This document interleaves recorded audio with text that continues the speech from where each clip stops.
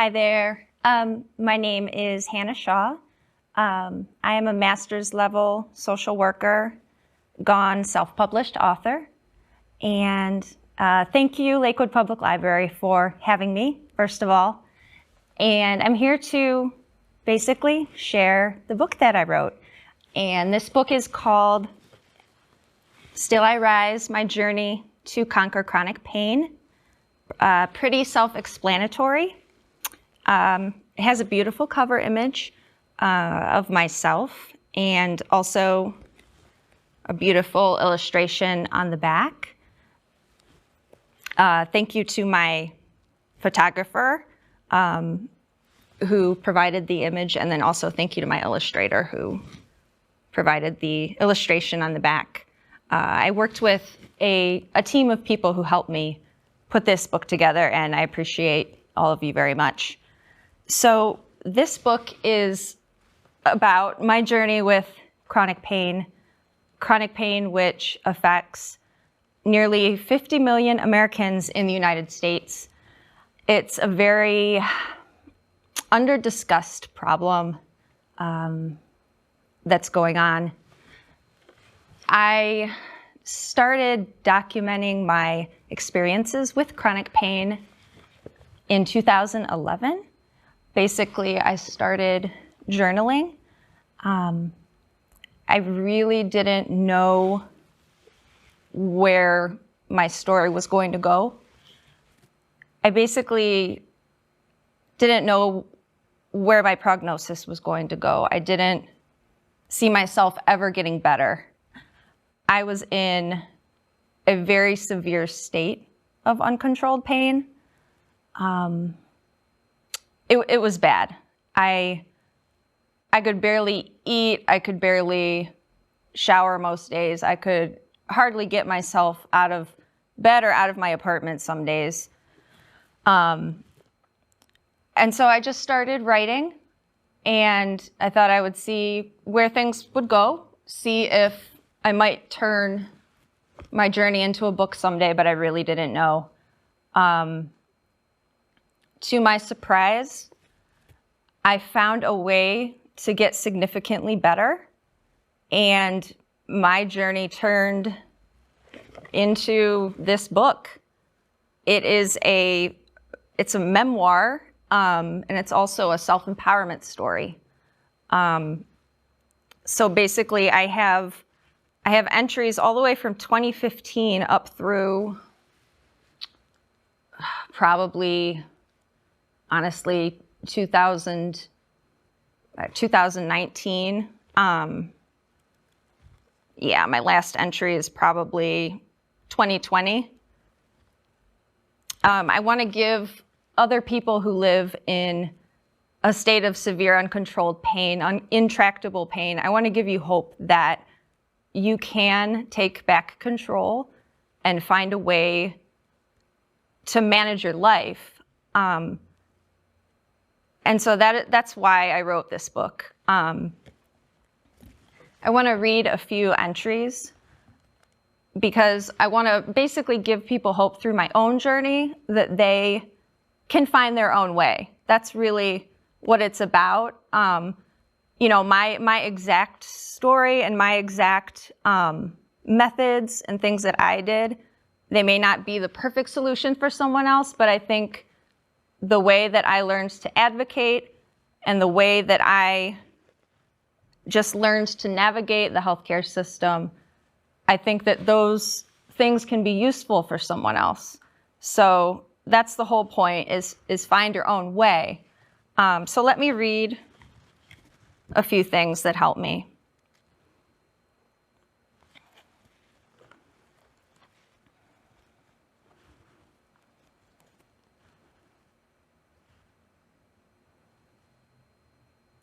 One thing that really helped me, and I know this is going to be new for a lot of people and different and very different, it's called the law of attraction. Maybe some of you have heard of things like The Secret, or you've maybe heard of the law of attraction, and perhaps you're a skeptic.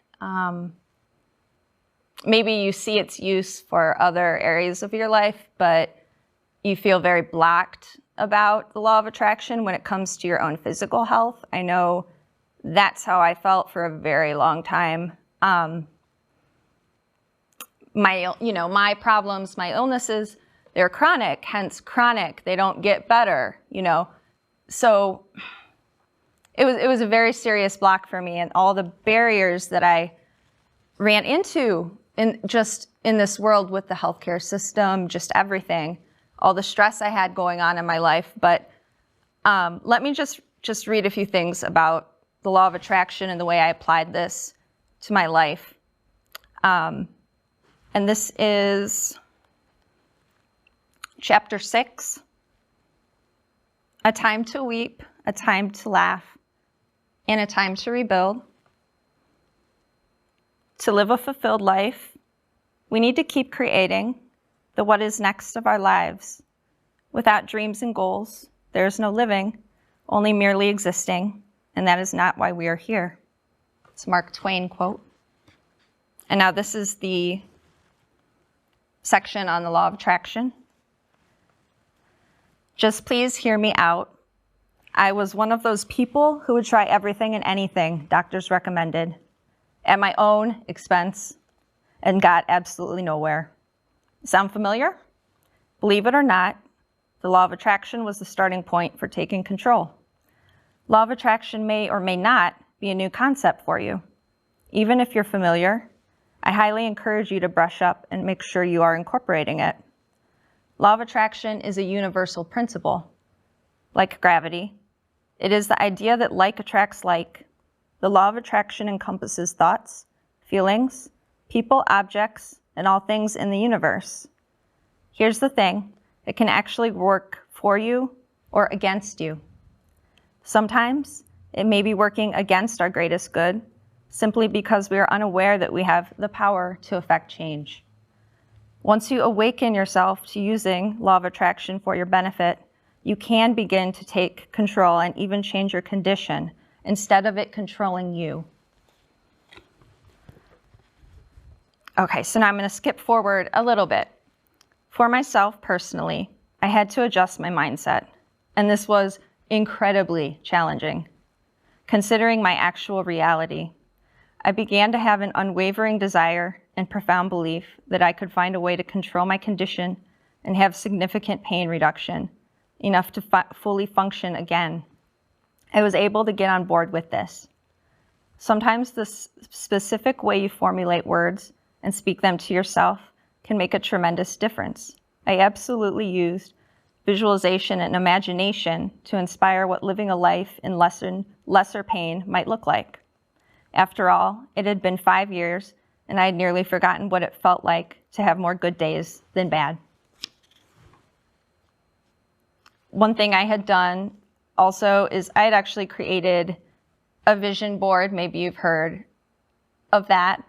And it's just a tool that you can use to kind of physically see the type of life that you'd like to create. And you can do this sort of thing for anything, but especially your health. So now I'm skipping forward and I'm talking about this vision board, this visual guide that I had.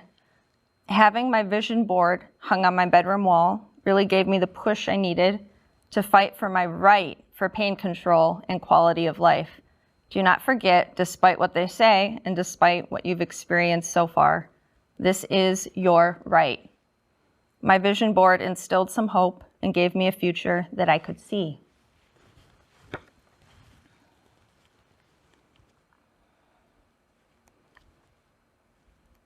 So one thing I should probably mention, just to give all of you an idea, the conditions that I was struggling with, fibromyalgia is the main condition I was dealing with since 2011. But a main theme that you'll run into within my book is how that diagnosis haunted me throughout my entire medical history. It prevented me from getting the care that I really needed and deserved, which is also a very serious problem that we have going on. And I was actually underdiagnosed, not misdiagnosed, but underdiagnosed, because in 2016, I actually discovered that I have bilateral sacroiliac dysfunction going on. And that was the root problem of my very severe, uncontrolled pain. And this was something that I had to self-diagnose, basically, and then consult with physicians to run the proper testing to confirm my suspicions. And I also write at great lengths about this, and I write at great lengths on how to advocate for yourself within the medical system, especially if you suspect that there is something wrong with your diagnoses or something wrong with your medical care, so that you don't continue to get dismissed. If you are being treated for the wrong condition, you will never get better. And that's a very serious problem. So I think that is a very good reason to maybe pick up my title and read it, because I've been through all of that. And if you're going through that, or you suspect you're going through that, my book might give you some insight and help you navigate that situation. So just a little tidbit there. There's another piece I wanted to read.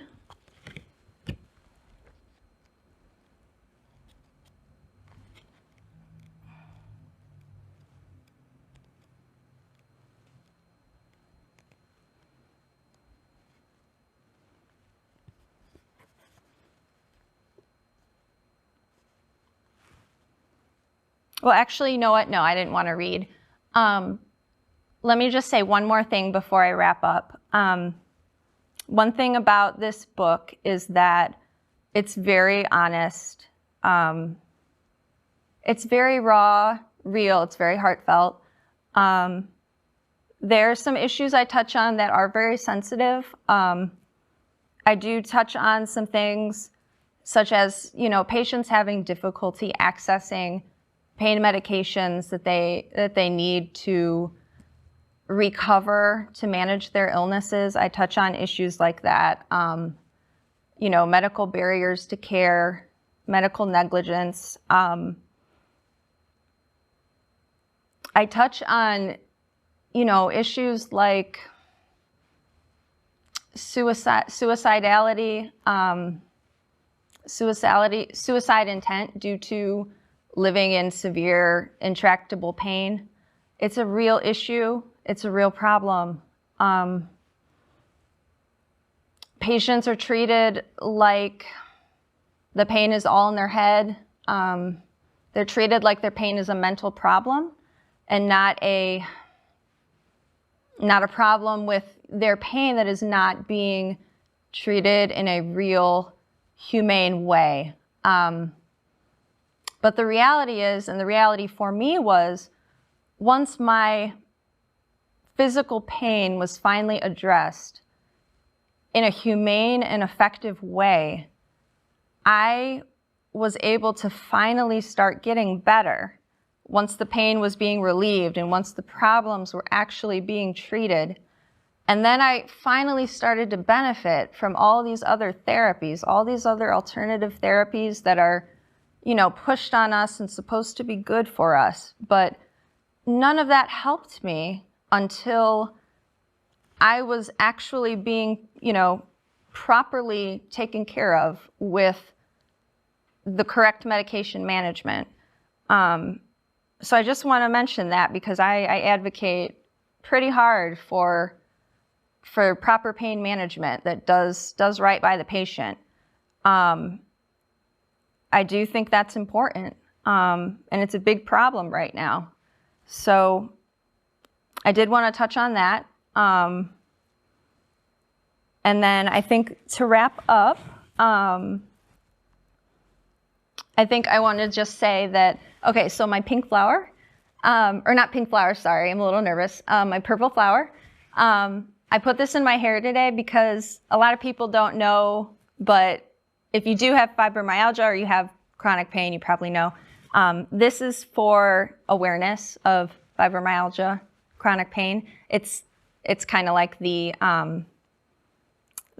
color that's representative of those conditions. And I was really happy when I came in today and I saw there was some purple in the background, so that was very cool. But let me just wrap up. I'm going to read from the final chapter, chapter 7. All things are made new. And I actually put a scripture verse here as the quote with this ending chapter. Joel 2:25, for those of you who are spiritual. And I will restore to you the years that the locust hath eaten. Thank you to my copy editor, Sarah Joy Bonebright, because she is amazing, and she actually suggested that I put quotes at the beginning of the chapters, and I think that turned out absolutely beautiful. So yeah, let me wrap up. But I am now living proof that a life devastated by chronic pain can rise up from the ashes and rebuild, much more beautiful and abundant than before. So, my friend, if you take away anything from my story at all, I hope that it's a tiny seed planted that you too can recover and live an abundant life, despite chronic pain. Your life still has meaning, purpose, and worth. Go within, and you will eventually uncover it. Miracles do happen when you start to live with purposeful intention. You deserve to live a lessened, pain-free life. So why not? Why not you?